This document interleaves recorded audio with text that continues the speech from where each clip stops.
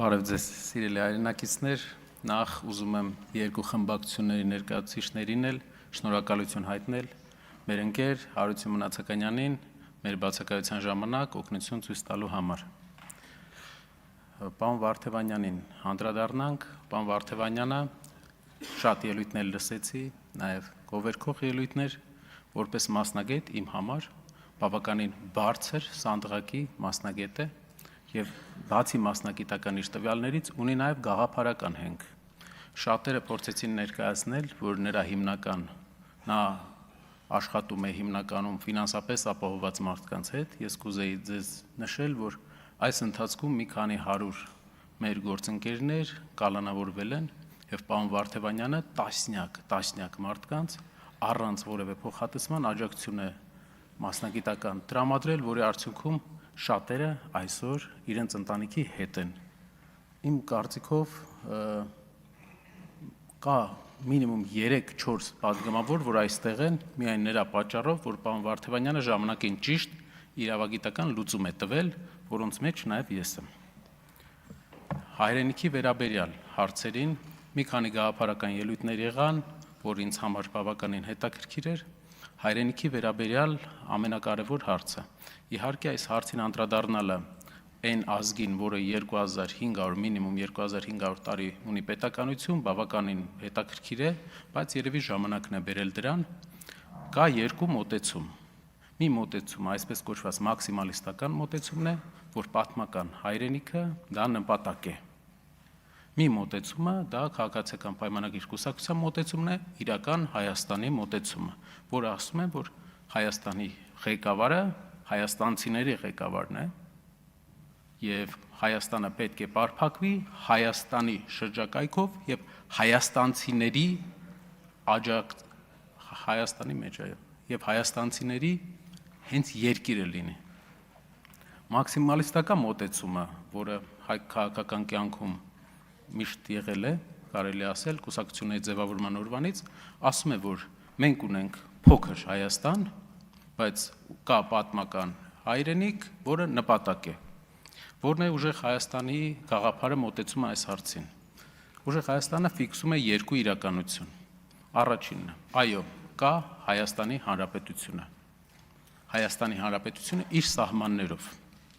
Հայաստանի Հանրապետությունը չունի նկրտում որևէ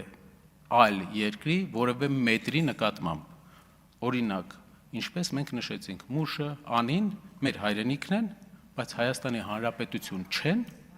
եւ չունենք որևէ նկրտում։ Բայց կա նաեւ պատմական հայրենիք։ Պատմական հայրենիքը դա իրապես փաստ է, որ մեր մեծամասնության համար մենք ունենք, օրինակ, պարոն Մինասյանի նախնիները հաստատ Կարսից են։ Ղարսից են, պարոն Մինասյան։ Մուշից եւ Էրզրումից։ Այո։ Մեր հայրենակիցների մեծամասնությունը դուք ձեր նախնիների նշանակալի մասը այլ տեղից է, մեր հայրենիքի հայկական բարձրավանդակի այլ հատվածներից, եւ մենք չենք կարա չասենք, որ 2000 տարի ապրել ենք այդ հողում, չենք կարա։ Դա պատմական ճշմարտության խեղում է։ Այդ իսկ պատճառով մեր մոտեցումը այսպես է. մենք ունենք պատմական հայրենիք, որը կիսում ենք այլ ժողովուրդների հետ, եւ ունենք Հայաստանի Հանրապետություն, որը մեր երկիրն է, որի զարգացման եւ հզորացման համար մենք պետք է աշխատենք օրնիբուն։ Գալիս է մյուս հարցը. ինչու է պատմական հայրենիքը, ինչ պետք է անենք մենք մեր պատմական հայրենիքի հետ։ Հարց հնչեց, թե գնալու ես Ադանա ծառայես մեր գործընկերների կողմից։ Ոչ, հարցը ուրիշ ձև պետք է ձևակերպենք։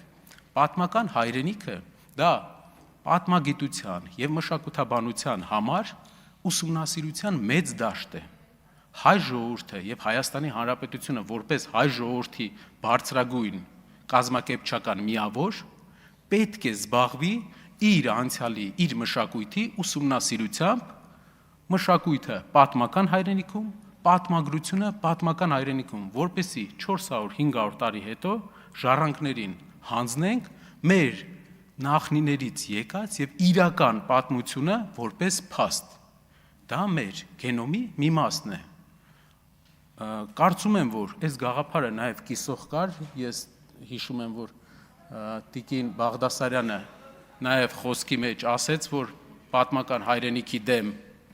որևէ նկրտում չկա, կարծում եմ, որ սա կոնսենսուս է, որը բոլոր ուժերը կարող են ունենալ Հայաստանի ապագայի հետ կապված։ Եվ նաև պարոն Գաբրելյանը ինձ նվիրեց մի գիրք, որից հատված կարդամ, որը գրքի մեջ էլ էլի գրված է նույն ձև։ Թեև Արշակն ապրում է արտերկրում, բայց նրա հայրենիքը եւս Հայաստանն է։ Նրա ծնողները հայեր են, նրա մեծ պապը ծնվել է Արևմտյան Հայաստանի Մուշ քաղաքում։ Սա ձեր նվիրած 5-րդ դասանի գիրքն է։ Մենք ունենք կոնսենսուս։ Հայաստանի Հանրապետություն եւ պատմական մեր հայրենիքը, որը իրապես իմ հայրենիքն է եւ ինձ թվում է բոլորիս հայրենիքն է։ Մյուս հարցը մեզ հարցնում էին, թե ինչն է մեր գաղափարական հիմքը, տարբերությունը այլ մեր ընդդիմադիր գործընկերներից, ովքեր տասնամյակների, հարյուրամյակների քաղաքական փորձ ունեն։ Առաջինը կուզենամ ներկայացնեմ մեր մոտեցումը մեր հասարակությանը։ Ուժեղ Հայաստան կուսակցությունը աճ կենտրոնամետ ուժ է։ Հասարակական եւ սոցիալական զարգացման մեջ մենք պահպանողական մոտեցման կողմնակիցն ենք։ Մենք տեսնում ենք, որ պահպանողական մոտեցումը ընտանիքի ձևավորման մեջ, հասարակության ձևավորման մեջ օգնելու է մեզ ապահովել ծնելիության լավ մակարդակ։ Առանց պահպանողական մոտեցման, առանց սահմանափակման այնպիսի ընտանիքը թիրախավորող մոտեցումների մենք չենք կարողանա ունենալ լավ ծնելիություն։ Բոլոր հարցումների արդյունքում աշխարհում ամենամեծ ծնելիությունը ունեն պահպանողական եւ կրոնական հայացքներ ունեցող ընտանիքները։ Իսկ մենք ապրում ենք մի տարածաշրջանում, որտեղ մենք ազգ, պետություն ունեցող որպես ազգ ամենափոքրն ենք։ Եվ մենք չենք կարող մեզ թույլ տալ գաղափարական այնպիսի գաղափարախոսություն, որը կթիրախավորի ընտանիքի ինստիտուտը։ Այսպիսով մեր տեսլականն է պահպանողական մոտեցում հասարակությանը, ընտանիքի ինստիտուտին, տարբեր թե հեռուստատեսությամբ, թե գրքերով, որ ամեն օր թիրախավորում է այդ ինստիտուտը։ Ինչ վերաբերում է տնտեսությանը, տնտեսության մոտեցման մեջ մենք լիբերալ մոտեցման կողմնակիցն ենք, ազատ տնտեսության կողմնակիցն ենք մի տարբերությամբ։ Մենք կարծում ենք, մեր գործընկերներից մեկը ասեց, որ դուք ուզում եք աշխատանքի վերցնեք 300,000 մարդու, իսկ մենք ուզում ենք, որ իրենք աշխատեն, իրենք գնեն այդ կոմբայնը։ Մենք այո, տեսնում ենք, որ պետությունը պետք է աշխատանքի ապահովի 300,000 մարդու։ Մեր մոտեցման եւ քաղաքացիական պայմանագրի մոտեցման տարբերությունը նրանում է, որ քաղաքացիական պայմանագիր կուսակցությունը դաշտ է սարքում, տեսնում է, որ լավ դաշտ սարքի եւ կլինեն ներդրումներ։ Մեր մոտեցումը, քանի որ պրակտիկ տեսնում ենք, որ այդպես չի աշխատում, մենք չունենք մեծ շուկա, մենք չունենք լոգիստիկ հնարավորություններ։ Դա պետական ակտիվ մասնակցությունն է ընկերությունների հիմնման մեջ, այսպես կոչված big push։ Ինչ է big push-ը։ Այսինքն աղքատ երկրներում, եթե մենք ցանկանում ենք ունենալ տնտեսական աճ, պետք է պետությունը այդ ռեգիոններում մասնակցի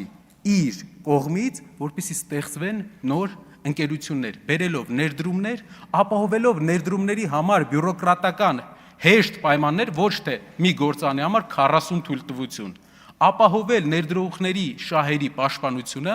եւ աջակցել, որպեսզի կայանա տնտեսական միավորը այդ ռեգիոնում։ Big push տնտեսական ակտիվության համար։ Դա այլընտրանք չունի Հայաստանում եւ տնտեսական մեր մոտեցումը այսպիսին է՝ լիբերալ տնտեսական մոդել եւ պահպանողական հասարակական մոտեցում։ Շնորհակալություն։